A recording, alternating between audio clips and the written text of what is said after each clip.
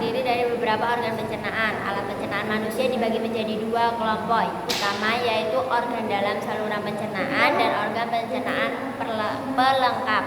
Saluran pencernaan manusia atau disebut juga dengan saluran gastrointestinal merupakan saluran yang memanjang dari mulut hingga ke anus. Saluran ini berfungsi untuk mencerna, memecah, dan menyerap zat gizi makanan yang kemudian dialirkan melalui peredaran darah. Organ-organ saluran pencernaan meliputi mulut, kerongkongan, lambung, usus halus, usus besar, rektum, dan anus. Sementara itu organ-organ pencernaan perlengkapan adalah mulut, kantung, empedu, kelenjar, air liur, hati, dan pankreas. Pencernaan di dalam tubuh kita sangat penting karena tubuh membutuhkan zat gizi dari makanan serta cairan dari minuman untuk tetap berfungsi dengan normal. Zat gizi dari makanan diperlukan untuk membentuk energi, pertumbuhan, dan perbaikan jaringan.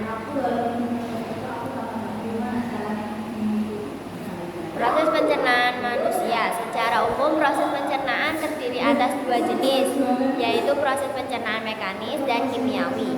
Proses pencernaan mekanis merupakan proses pencernaan makanan yang dilakukan dengan gerakan-gerakan seperti mengunyah, menelan, menompa, menghancurkan, dan meremas makanan.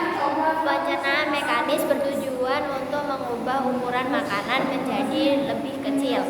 Sedangkan proses pencernaan kimiawi adalah proses pencernaan makanan yang melibatkan enzim. Pencernaan kimiawi ini bertujuan untuk mengubah partikel makanan yang kecil menjadi bentuk yang siap diserap oleh tubuh. Organ pencernaan manusia. 1. Mulut. Proses pencernaan dimulai di dalam mulut, tempat terjadinya pencernaan mekanis dan kimiawi. Mulut berfungsi untuk mengunyah makanan menjadi lebih halus agar mudah dicerna. Di dalam mulut terjadi pencernaan secara mekanis oleh gigi dan kimiawi oleh enzim amilase. Yang kedua, kerongkongan. Kerongkongan adalah saluran yang menghubungkan mulut dengan lambung. Saluran ini merupakan jalan bagi makanan yang telah dikunyah dari mulut menuju proses pencernaan selanjutnya di dalam lambung. Kerongkongan dengan tenggorokan itu berbeda. Yang ketiga, lambung. Lambung adalah organ berbentuk huruf J yang berukuran sekitar 2 kepalan tangan. Lambung terletak di antara esofagus dan anus halus pada perut bagian atas.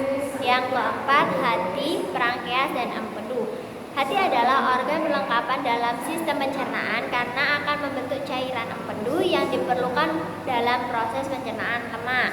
Empedu tersebut lalu akan ditampung di kantung empedu sebelum digunakan di usus halus. Yang kelima, usus halus. Usus halus adalah saluran kecil sebesar 2,5 cm dengan panjang sekitar 10 meter. Usus halus terdiri dari 3 bagian, yaitu duodenum, usus 12 jari, jejunum, usus kosong, dan ileum, usus penyerap. Usus besar. Usus besar membentuk huruf U terbalik di sekitar usus halus yang berlipat-lipat. Saluran ini dimulai dari sisi kanan bawah tubuh dan berakhir di sisi kiri bawah. Panjang sekitar 5-6 dan terdiri dari 3 bagian, yaitu cecum, kolon, dan rektum. Rektum dan anus adalah sisa isi usus besar yang telah menjadi feses kemudian disalurkan ke arah rektum. Rektum adalah bagian akhir dari usus besar yang berfungsi sebagai tempat penampungan tadi sementara sebelum dikeluarkan dari tubuh. Saat rektum sudah mulai penuh, otot-otot di sekelilingnya akan terangsang untuk mengeluarkan feses. Inilah yang membentuk hati, pankreas, dan empedu. Hati adalah organ perlengkapan dalam sistem pencernaan karena akan membentuk cairan empedu yang diperlukan dalam proses pencernaan lemak. Empedu tersebut lalu akan ditampung di kantung empedu sebelum digunakan di usus halus.